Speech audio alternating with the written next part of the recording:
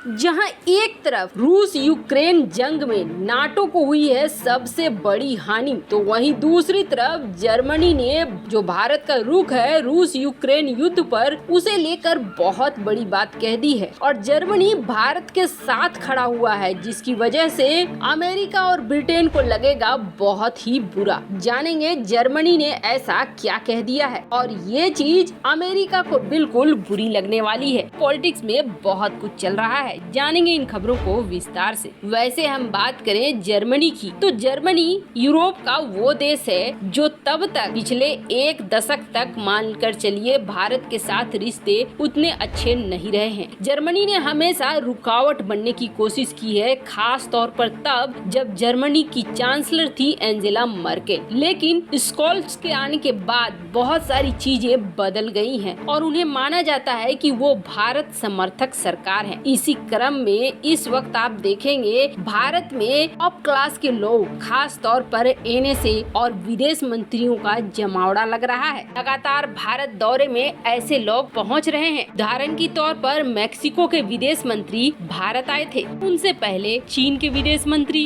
कल अमेरिका के deputy NSA भी पहुंचे भारत, आज पहुंची है यूके की मिनिस्टर और साथ ही आज पहुंच रहे हैं सर्गेई लावरोव भी अपनी 2 दिन की यात्रा पर। से तो इजराइल के रक्षा मंत्री और प्रधानमंत्री के भी इधर ही आने की सूचना थी, लेकिन कोविड की वजह से वो नहीं आ पाए और इस संक्रमण की वजह से इस यात्रा को कैंसिल किया गया। इन सब के बीच में पहुंचे जर्मनी के एनएसए। जैसे आप हमारे यहाँ देखते हैं एनएसए अजीत डोभाल, ये पीएम के काफी करीबी माने जाते हैं, वैसे ही जर्मनी के ये एनएसए भी हैं। स्प्रोंटर, ये काफी नजदीक माने जाते हैं जर्मन चांसलर के। इन्होंने भारत यात्रा की। भारत यात्रा करने के बाद जो बातचीत की, भारतीय विदेश मंत्री के साथ मीटिंग की, उसके बाद उन्होंने कई तरह के स्टेटमेंट दिए। एक स्टेटमेंट जो चीन के लिए था, जो चीन को बहुत ही बुरा लगेगा। हालांकि इन्होंने एक तीर से 2 निशाना किया, एक तरफ चीन को तो दूसरी तरफ रूस को भी निशाने पर लिया। इन्होंने कहा कि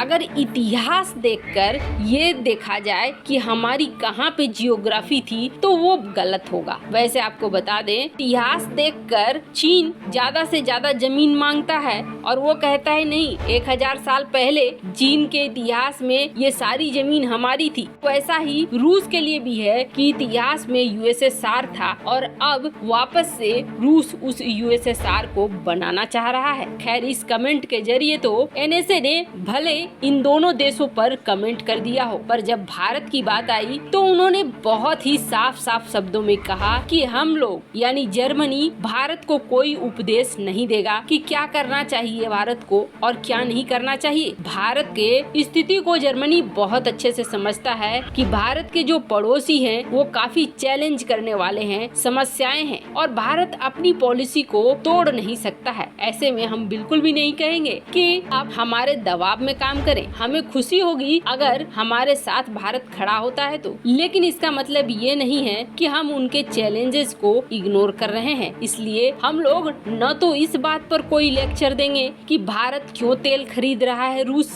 से तेल खरीदना भारत की अपनी मर्जी है, तो वहीं अपने विदेश नीति को फॉलो करना भी भारत की अपनी नीति है। इसका क्या मतलब समझे आप? इसका बड़ा मतलब समझिए। पोलैंड ने भी यही बात कही, जर्मनी ने भी यही बात कही, फ्रांस ने भी यही बात कही। यानी ये देश अब समझ चुके हैं कि भारत क्या चाहता है और भारत की विदेश नीति से सहमत है। भले एक ब्रिटेन न समझे और अमेरिका न समझे, लेकिन बाकी देश समझ जरूर रहे हैं। खैर, जहाँ जर्मनी के एनएसए साफ साफ शब्दों में बता गए, तो वहीं असली हाल भी जानिए रूस यूक्रेन युद्ध का। रूस यूक्रेन की लड़ाई में अगर सीधे सवाल पूछा जाए आपसे कि कौन तबाह हुआ, तो आप पहले नंबर पर बोलेंगे यूक्रेन तबाह हो गया, यूक्रेन बर्बाद हो गया। ये सबको दिख भी रहा है। और अमेरिका से जब ये सवाल पूछा जाता है तो अमेरिका ये कहता है कि यूक्रेन तो बर्बाद हुआ ही साथ रूस भी बर्बाद हो गया है। रूस के हथियार खत्म हो गए हैं, रूस अब तबाही के कगार पर पहुंच गया है, इसीलिए तो रूस अपनी सेना को वापस बुला रहा है। लेकिन वेस्टर्न मीडिया चाहे ये सब कुछ कहे, पर जो एक्सपर्ट हैं और वो कोई और नहीं बल्कि पश्चिमी देश के ही एक्सपर्ट, उनका ये कहना है कि कोई अगर ये सोचता है कि रूस ने इस युद्ध को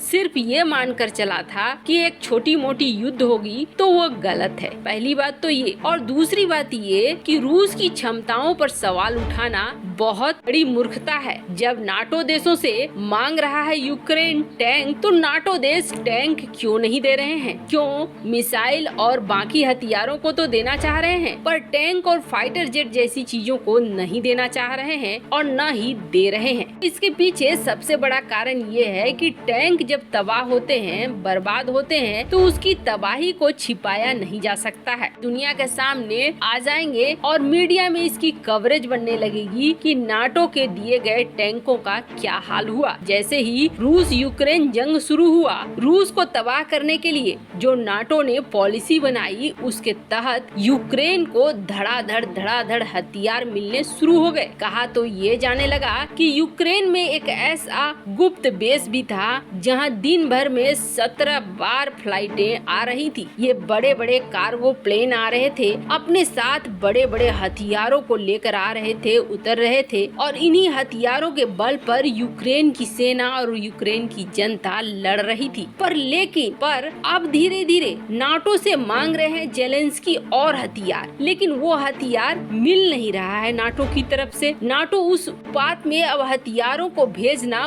बंद कर रहा है जिस अनुपात में यूक्रेन को शुरुआती दौर पर हथियार मिले थे। इसके पीछे कौन सा कारण है? क्या अमेरिका और ज्यादा बर्बाद नहीं करना चाहता है रूस को? तो आपको बता दें, सच्चाई ये है कि शुरुआती दौर में बहुत सारे हथियारों को कुछ नाटो देश ने पास करना शुरू किया यूक्रेन को, और ये पास करते चले गए ये सोचकर कि शायद ये जंग 2 दिन 4 दिन में खत्म हो जाए। जंग चलने लगा लंबा और ये हथियार बुरी तरीके से तबाह भी हो रहे थे। यूक्रेन की सेना जो नाटो के हथियार दिए गए थे उनको बचा भी नहीं पा रही थी। सीधे सीधे रूस ऐसी जगहों पर निशाना लगा रहा था जहां यूक्रेन को दिए गए हथियार थे, मतलब उनकी तबाही निश्चित थी। और स्थिति क्या हो गई है? अब स्थिति ये हो गई है कि नाटो देशों ने जो यूक्रेन को हथियार दिया, अपने में से बहुत ऐसे देश हैं जिनकी 30 से 40% हथियार की क्षमता खत्म हो चुकी है। मतलब जो रूस को कमजोर करने चले थे वो देश अब खुद ही कमजोर हो रहे हैं। नाटो देशों में से